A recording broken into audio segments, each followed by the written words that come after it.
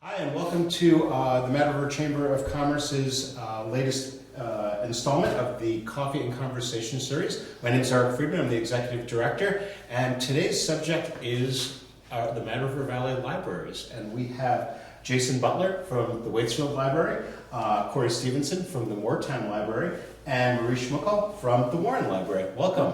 Thank you. Thanks so much for coming. Libraries aren't exactly what they used to be, are they? No, we're loud for one thing. What do you mean? We don't shush people anymore. Oh, wow. Also, my hair's There's not been in a a different, bun. right, and My no hair's in little a bun. pencil in there. Yeah, So is that the only thing that's changed? Like the librarians have gotten a little younger? no, not at all. What else is new? What do you guys have anything you want to? Well, I put a little graphic up here that I think does a good job explaining that libraries are really for everyone. And it used to be a place to get a book and not much else. And I think that's a lot of us probably have fond memories of going to check out books from our library. But libraries have really evolved beyond that and become very essential, especially in small communities like ours. And we do a lot more than just check out books. I'd say we're hubs of innovation. People come to use things like a 3D printer, or there's entrepreneurs who can use our services while they launch themselves, and people look to libraries now for those services. You had a little presentation. We have a that you little put spiel. together. Maybe If that'll you get want us a little started. Spiel, yes. So just the first thing I want to do is say welcome to those of you that are here, and I would just love to actually hear who you are, and maybe we could just go around Yeah, and do absolutely. names. Perry Bigelow. I'm in Warren. Hi. I'm Ryan Donnelly. I own the hostel down the road. Oh, cool. Nice. And I'm Peter, co-owner of the West Iowa B&B and chair of the chamber board. Awesome. Welcome. Glad you're here.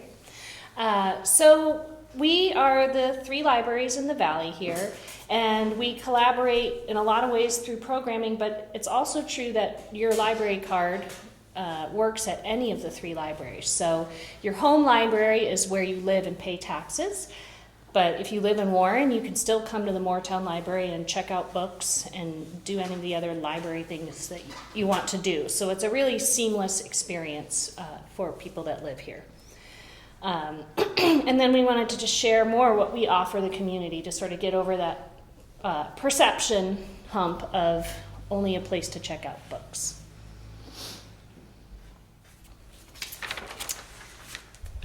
So I think I already kind of covered that, so we can just move on to this. So Jay, Okay. you want to talk about this slide a little bit? Yeah, our libraries are doing a lot to provide users with access to several digital learning tools like Learning Express, Vermont Online Library, and Universal Class, among other things as well. The Jocelyn Library has a gentleman named Tom who comes to us from the Central Vermont Basic Adult Education Center, I guess. He comes once a week on Thursday afternoons to help people pretty much do anything tech related, checking email, set up a new device, and that's sort of what he's been doing by and large so far. We should have had him come this morning. Yeah, right. He also does GED prep with people, Yeah. kind of getting people back on track wherever they may have fallen off during school. Right. So he has a broad range of services that he provides, or has the potential to provide patrons of all libraries, the whole valley. So we try to promote his being at the library and make sure his services are well used. In addition, all three May I libraries. ask a question? Yes, sir. Yeah. Do you need to actually reserve time with Tom or just show up? He prefers it if he knows what to expect, but so far his schedule has been kind of open, so I'm sure a drop-in would be perfectly fine. Thank you. Mm-hmm. So you have the Verilux Happy Lights. Yes. I got to tell you, when I was a kid, we didn't have Happy Lights in the library. That's a new thing. Well, in more towns, you can actually check out for 2 weeks at a time if you wanted to give it a try. It's basically that full spectrum light that you sit in front of during the winter months to sort of fight off the seasonal affective disorder. Needed that this fall. Seems like it came hard and fast Yes, this year. exactly. And Verilux actually approached us and said we'd be interested in donating these. And We we're approached happy. them. Oh, we did. I Sorry. approached them. Marie It's okay. approached them, but they were happy to donate them, and they even did some programming for us. Yeah, which was great. It was a great way for a local business to partner with us because it gets their product out there and gets them out there because it was a program, plus now there's a presence in each of our libraries of one of these Happy Lights. And a good way for people to try it out before they commit to buying it. It's part of the Library of Things, which is another sort of idea that libraries have evolved to beyond books, checking out power tools. Not that I don't think any of us do that yet. Cake pans. Cake pans is on the way for Yes. Warren. So, Wow. All kinds of things. things that you cool. don't necessarily need to have, but might need to use every once in a while. So, And the nice thing about the Happy Light too, it's a way of destigmatizing mental health issues because if someone walks in the library and sees someone's using a Happy Light, it's out there, and it's we all need a little help at this time of year. Absolutely. It's the days. And it's great that a business like that is in our community. That you Yes. realize it's a big company Yeah. that provides these Yeah. lights all over the world, which is Yeah. cool. So, but the one in Moortown is available to be checked out. Is Correct. that correct? And Yes. ours is not currently. Correct. Ours, same in Warren. But we again, just use it in the library. if you have a card in Warren or Waitsfield, you could come check out the one at Moortown if you wanted to. And I want to just mention these words at the top. There's one of the other issues in terms of trying to explain what libraries do is that we do so much. And so trying to get it more into the elevator pitch category of what it is we all do. There are these sort of neat categories that the American Library Association has come up with. And so this bucket of empowerment are some of these services and resources that we offer. And including universal class here. Yes, go ahead. Universal Class offers over 500 classes online, free, that you can take. I pulled out some of the topics that I thought would be interesting to our business owners. Payroll management, QuickBooks 101, Google Analytics 101, and these are all free online. And when you log into Universal Class, it'll tell you how long the class is. It might only be 2 hours. It might be a 20-hour class that you can take. Again, free, online. Business Branding 101, how to start a craft business. These are all things that local, especially our small business owners, when you're doing every part of the job, you need to know how to do. That is so cool. I didn't realize that. Yeah, and it's a great resource. Yeah, I mean, I noticed one of the other things that I was perusing the websites, and there's a coding program in Warren. Yes, yeah. Which is a similar online Yeah. tutorial Yep. system getting kids used to coding. Yep. It's amazing. Yeah, it is. And we're going to actually be boosting that even more in the new year. You're getting that. Library emails. Career bag. This could get really interesting. No, I know, Corey. I don't think it's going to get that interesting. This is Jay's. You get the dark side of library business.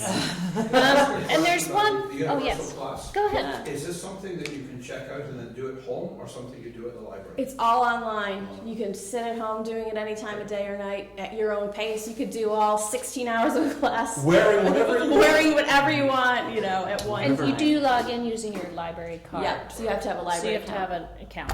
Thank you. And there's a brand new tool also that we wanted to highlight, another similar situation of using it online, and it is different there where you only have to log in once. You don't actually have to have an account for this Yeah, you do. this tool. For Learning you don't have the library account. Yeah. But you have to create an account for Learning Express, right? Learning Express, it's brand new, being offered around the state through libraries. If you have an employee who needs to do their CDL test, it's all got practice exams and how to, what you need to learn for your exam. A whole bunch of real estate exam tests, practice tests, real estate appraiser, and then a bunch of tutorials on the whole Microsoft suite is on there. There's nursing test prep, SAT prep. I mean, like, you name it. If there's a test. Yeah, now we don't have to have the Microsoft for Dummies book on the shelf anymore. Exactly. Yes. And and with that, you buy it, and then it's out of date in 2 years. So it's a waste of space and money. Whereas this, all online. So. I mean, you'll probably notice if you walk into a library that reference books like this have mostly gone away, because this is a much more nimble and real-time way to access that information. That is you, Marie. Yes, it's me. So, as I mentioned earlier to Eric's question of how we've changed, one of the ways is things like 3D printers in our libraries. We have printers, scanners, copiers. I recently had someone come into the library and she needed to print color labels. She was launching a new product. She had bottles and she needed labels for them. She ran out of ink in her printer. So desperate because she had some sort of, I don't know, craft fair or something that was coming up, and it was the season. The launch, and came in, was so grateful. Even like I saw she printed it out and she had a bunch of labels on a page. I said, hey, do you want to use the paper cutter? And she's like, wow, this is like a full service place. So it's just a way that we can really help people in the community and in their business needs. We've also found ourselves because we have Wi-Fi and we have a space to work. Sometimes you lose power at your house and you're working from home. People walk in the library to come and use us for that. I would put a pitch in that, boy, it'd be nice to have air conditioning someday. I think you have air conditioning now. Yeah, we have something to that effect. Yeah, but last summer there was a stretch where it was really hot and people were calling and saying, hey, do you have air conditioning? I'm like, no, sorry, but they were looking for some place to work. And then the 3D printer, I had a local potter come in. She needed a rubber stamp or a stamp to imprint on her clay, and she ordered a rubber stamp online and it didn't really work. So there we were with a 2D image file. I figured out how to turn it into a 3D, flipped it because it's a stamp, so it has to be backwards, and printed it out, and it totally worked. Wow. So that was such a great success story of also just personally, because I managed to figure out all that technological stuff. As you saw when we tried to set this up, a lot of our jobs is just kind of figuring out clicking technology buttons. and clicking buttons. Not what you learned in library science school? No, right. Well, and also empowering people. And as Corey and I talked earlier today, so many people come in and they're like, oh, I don't know how to do this, or I don't know how to do that. And it's kind of, they watch you stumble through something, it's a little reassuring to them because they don't maybe feel as stupid. And I just want to highlight this photo. Marie and I are actually at Crossett Brook Middle School. They had a career fair, and so we were able to go and share sort of what it might be like to be in the library sciences, and it was really fun.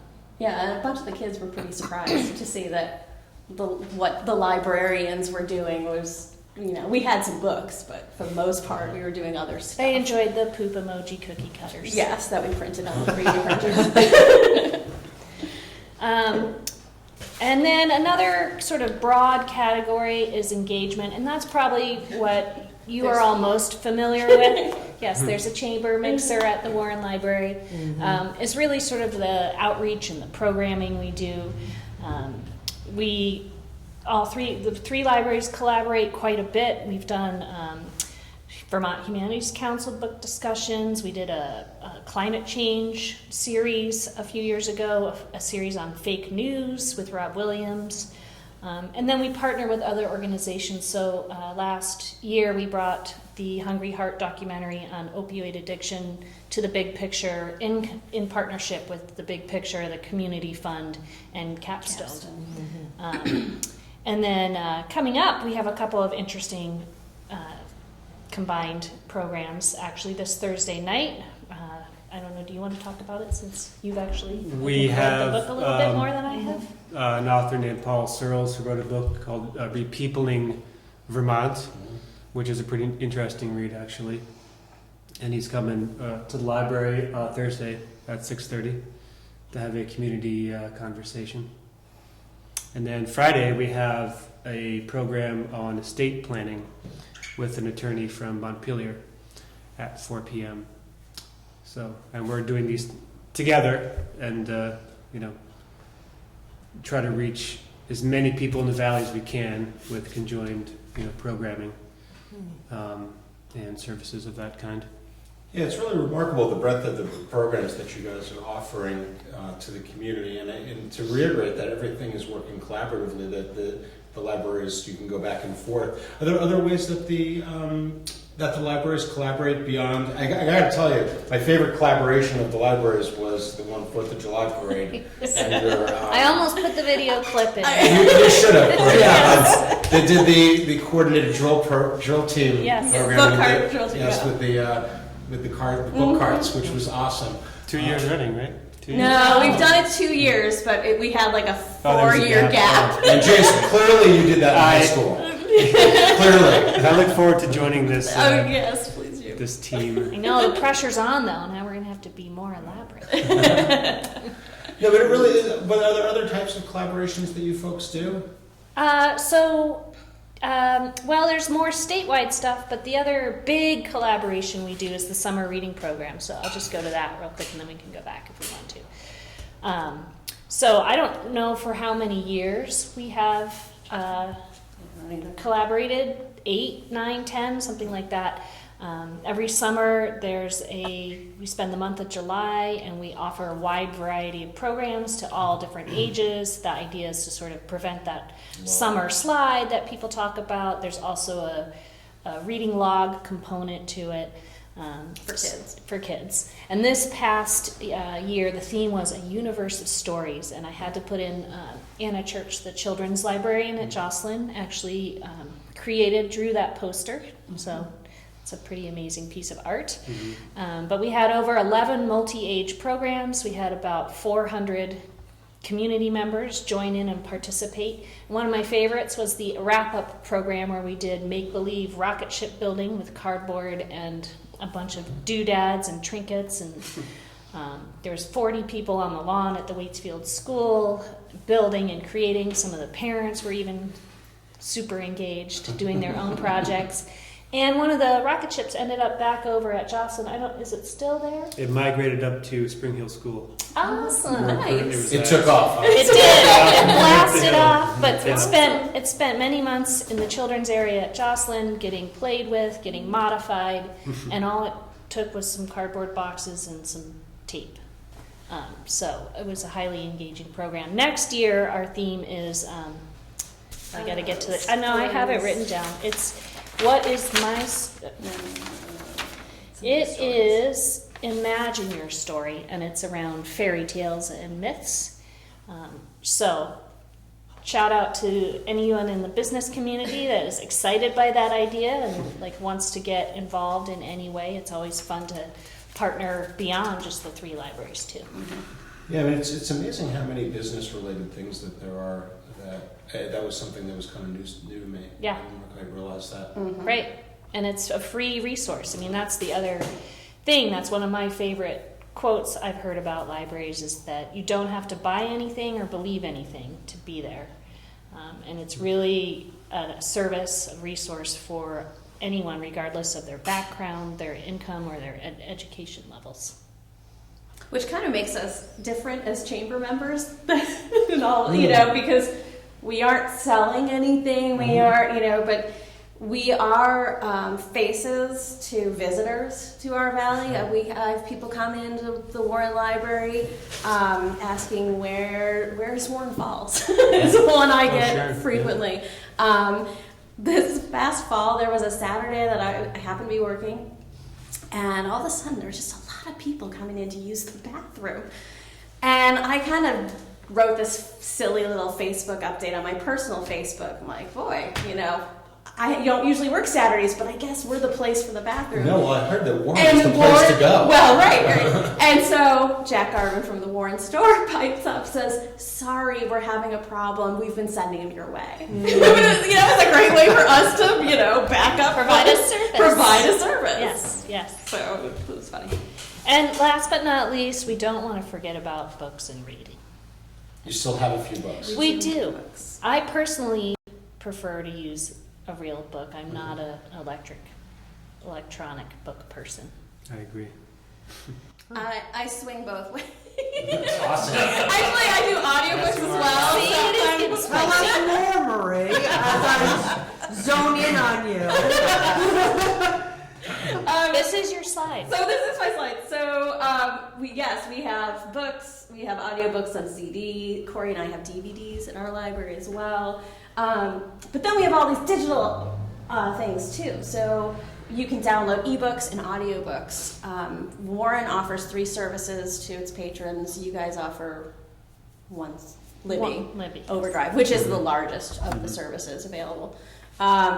So we're happy to show people afterwards if anybody wants to learn any more about that. We can show you how to. So those can be downloaded onto phones or Kindles. Yep. Yeah, Kindle or iPhone or any of your smartphones or tablets.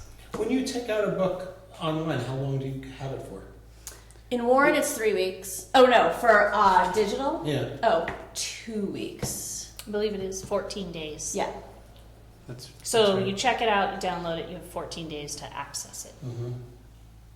But then it's yours to keep? Or does No, it go it away? stops working after It stops 14 working. days. Oh. Yeah. So it's a limited number of licenses that. Exactly. Right. A limited number of checkouts at a time, limited number, people who can have it at a time. And, yeah. In terms of the newer books that you're keeping the collections going, are you focusing on fiction or nonfiction, or is there a trend in what you're putting into the collection these days? That's a tough question. Well, we each have our own collection development policies. Mm-hmm. So you'll see something a little different at each of our libraries. So in those policies, it might specify a percentage of fiction versus nonfiction, or how you handle it when someone requests that you buy a book. Mm-hmm. So they're all a little different, but I think when you go in, you can kind of see the collection reflects in a lot of ways the community's needs. I'd say I tend to buy ratio of fiction and nonfiction is about 2 to 1. That's just how it works out usually. And just anecdotally, I've noticed our nonfiction circulation has dropped in the last couple of years. And I don't know if that's because people are so tapped out of the real world and they just want to escape to fiction. But that is kind of a trend I've seen. Yeah, most of the book requests that I have received are fiction. From patrons who want us to get a book. Yep. Most of that is fiction. But I think in an ideal scenario, between all 3 libraries, you would find pretty much, ideally of course, everything that you're looking for in a book. Yeah. And that's something Yeah. that we continually work towards. I know there was a combined strategic plan that Warren and Waitsfield did that's come up for renewal, and one of the big conversations is how can we mesh our collection development so that there's a variety across the community, because we all have limited book budgets And space. and space. Yeah, that's one of the things that I was wondering about is space is clearly an issue, and the libraries in Warren and Moortown are pretty small, and in Waitsfield too. Yeah. How do you circulate books in and out? There must be a system that you have in place. This is not a willy-nilly thing. You guys have thought about this. It's called reading, Aaron. Reading. Weeding Okay. a collection, and I have to do a weed annually, especially in the fiction, to get rid of stuff, to make room for the stuff I've bought. And again, like with collection development, there's criteria. How old is it? How much has it circulated? Especially in nonfiction, is the information correct anymore? So there's definitely specific criteria. Yeah, there's a lot of thought to this, and I think that a lot of people don't necessarily realize. This is a professional thing. Being a librarian is. Did you guys all go to school for library? Since you did not, right? right? I did not, no. Right. I have a master's in environmental studies. But, I have a master's in vocal performance. and what's your record, Jay? I'm a writer, so I have not yet gone to school for library work. I just have done the work for a number of Yes. years now. Yeah. So It's- it's all on the job training up to this point. It's fairly unique in Vermont too, again, because each library is so locally controlled. I think in many other states, they do more branch and wider systems. But here we really are a community hub, so to speak. And so, other training and background can come in handy with that. That is true. Yeah, and the state of Vermont does have a certificate program. So Corey and I have both completed our certificates of public librarianship through the state of Vermont. So we've done CPLs, classes and things for like short. Yeah, but there's a lot of issues in the library science world and that are coming up. And what are some of the big issues nationally, regionally that are involving libraries these days?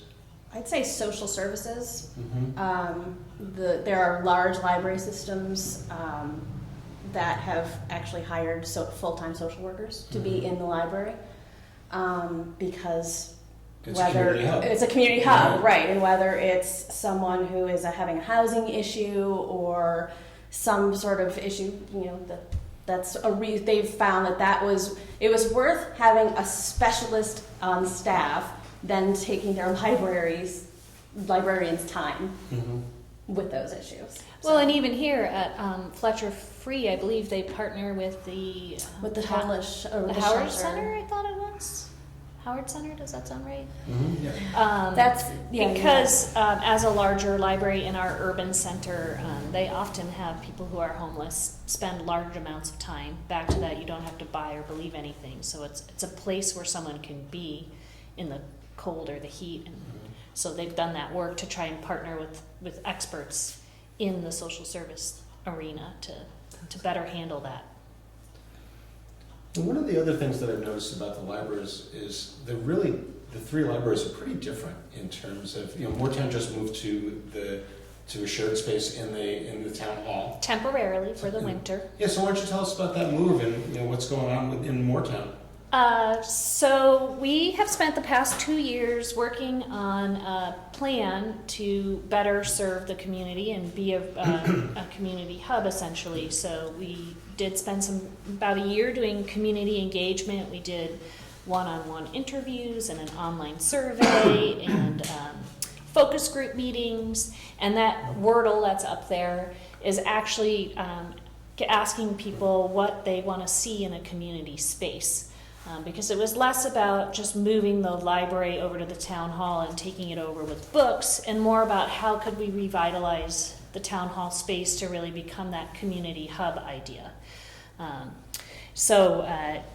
As we've been progressing along, it became clear that we weren't quite ready to make a permanent decision. However, the winter was coming, and we wanted to give people safe parking, indoor plumbing, and more space for programs in the winter. So we approached the select board and they approved the move for the winter until May. And I think the hope is now to sort of create a wider committee at the town level about the town hall space and creating that community hub idea with the library sort of as one piece of it. So hopefully that committee will be formed soon. And then some real plans with budgets attached to it could be voted on potentially in 2021 is probably the soonest we would see it, but that's the current goal anyway. Yeah, that's great. It's great support from the town and the community. Right. When you moved, you had a whole ton of people. We had about Just 30 like that. people come. They came in, they fixed the window, they moved all the books, they cleaned. It was a really fun event. We had pizza. And so it was kind of a great way to come together. In many ways, like what used to happen when people were more reliant on each other in these communities. Yeah, it's a great opportunity to bring the community together. I mean, one of the things, being here at the chamber office, we see so many people. The number of people that go in and out of the library is really astonishing, especially after school and seeing all the kids going in there and in the weekends. Yeah. And it's really amazing. So the Jocelyn Memorial Library across the street here has had a pretty amazing renovation recently. You want to tell us a little bit about that, Chase? Yeah, it was, well, it's a long time coming. Yes, it is. Once the town offices moved out a couple years ago from downstairs, we had used the space for programming mostly, but it wasn't very hospitable. And so, among other things that needed to be updated was that space, and so the library underwent this big project to do the work and got it done. One of the big pieces was moving the children's library downstairs, and so they have a nice big space now. It's beautiful. Yeah, and It the is. job was done really well, and it came out really nice. And so we've been trying to look at this as a new start for the library to try to bring it forward in all these different ways, which is exciting for me, just coming on in mid-August as director to try to sort of spearhead this movement forward, and so it's exciting, really exciting. And it's amazing, the Jocelyn family donated the money for that library a long time ago, and they had a lot of foresight to realizing the importance of the library in the community. And it's nice to see that, that our current community is looking forward to and seeing that it needs renovations and it needed help to bring it forward into the future. Yes. And if you haven't been over there, I mean, it's a remarkable space. I mean, I was just in there yesterday, I popped in to see you, and just seeing someone sitting by that beautiful fireplace in that main That was one of closet. the real centerpieces of the whole project, I think. It's a Yeah. little stove fireplace there. Yeah, it's not what you expect to see. It was, it's just, again, not what you expect to see. Right. And and I noticed the other thing that I noticed there when I went in there was a little kid sitting there by the fire reading a book. There was middle-aged woman doing research online. Yep. There was every demographic group was represented in 4 people in the community. So which is a pretty cool thing. Yeah. The community's living room is one way that libraries are referred to today, because that is kind of you go and you hang out and Do a puzzle, do read a work book. on a puzzle, read a book, surf the internet. There's just so much to discover there. I mean, you have a telescope. We have a telescope. Who knew? Right? Yes. What's the story with that? It was donated to us, and it is available to circulate. It hasn't really, so I'm trying to promote So check out the All right. Check out the an amazing telescope at the library, Mm-hmm. which is collecting dust in the office at the moment, and it doesn't deserve that. So We did Please we use did it. use it at our I think we got it out at we had a Party to the Moon and Back event for the summer learning program, and we actually had a volunteer astronomer come. He brought some of his telescopes, and after a torrential thunderstorm, it did clear up, and we were able to see Saturn and Jupiter, and so we had it out for that too. that's right. And all 3 libraries have a Friends of organization attached to help with financing things and volunteering and all of that kind of stuff. So people can get involved. Definitely. Can you speak to that a little bit? And we all use volunteers at the circulation desk. My friends group runs an annual book sale, which is this weekend, this Saturday. And various other jobs. I don't know what you guys have your volunteers do, but we've had volunteers kind of do a volunteer cleaning day and things like that as well. Yeah, some of them weed books and take new books off the shelves and weed periodicals and so forth. I mean, there's a number of things that the volunteers can do. We're lucky to have them, so try to really utilize Our them. library wouldn't run without volunteers, Yeah. simply to keep the library open. The number of hours. Yes, the number of hours Yeah. we wouldn't be able to have without our volunteers. Our friends did a pretty fun extreme duck race through the gorge on the Mad River last summer as their fundraiser. And then it's an extreme duck race. It was extreme. Warren Falls has nothing on it. And actually being a library trustee is another volunteer role. You do get elected, but it's not a paid position, and it's definitely a needed role Yes. in the library. Yeah, and a lot of money, people donate money for, to support the libraries through Friends of, and, being that this is Giving Tuesday, right? That's right. We did a thing. Did you on- plan this? Actually, no, but we did do a social media post just yesterday about Giving Tuesday, and that there's all these great local organizations that people could donate. And, people don't necessarily want more things as gifts, and they really Right. want, experiences and to do good. And, being supporting of the Friends of the various libraries in the Valley is a great way to support it, because I know that my kids spent a huge amount of time, and I know that they would really appreciate that. Yeah. So. Our friends, the financial support from our friends, a lot of it goes to our program, especially our kids, most of our kids' programming. And also, we have one line item for book requests. So when a patron does come in the door and says, gee, I see you don't have the new whatever book, can you get it? I have the money to get it because of the fundraising that my friends does, which is great, because the patron walks away really happy. They're like, oh, they're getting the book that I want, and I've been able to provide that. And so. Is there a problem with people just dropping books off, thinking that just assuming that we want books? Yes. Yes. I know that that's an issue. Yeah. And How did you know I just ordered new little signs for my book drop that says library materials only?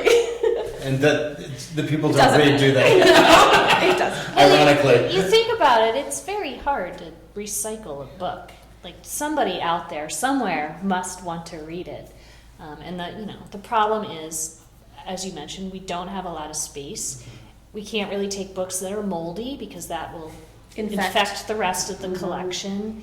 And there are some books like Microsoft for Dummies that are From no longer 1998. Right, exactly, are no longer relevant. So it's just some of those limitations for us. But I'm always happy to take new hardcover books that are less than 5 years old. So. Well, that's good to know. Any questions from? Just a question or suggestion, depending, is the various events you have, do you put them on the calendar of the Matter of Valley?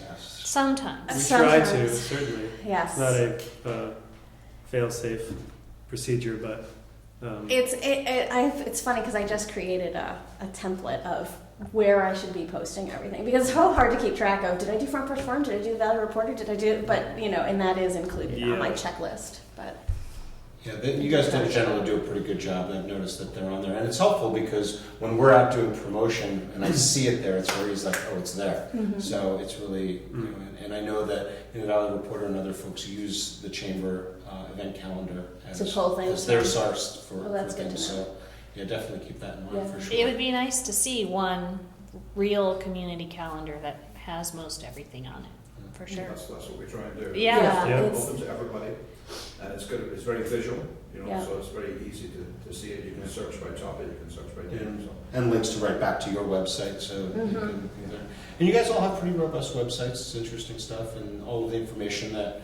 we talked about today is there, Yep. which is great. So we're really pleased that you guys came out today to tell us about what's going on. Anything else you want to add? We feel we didn't touch on today. Well, we did bring barcodes and a We way can sign we people sign up for you up for a cards if you library don't card have if an you don't account. have one and you would like one. We could do that Yep. today. That's great. Yeah. But That's please stop by and visit us. What are Over your there. hours?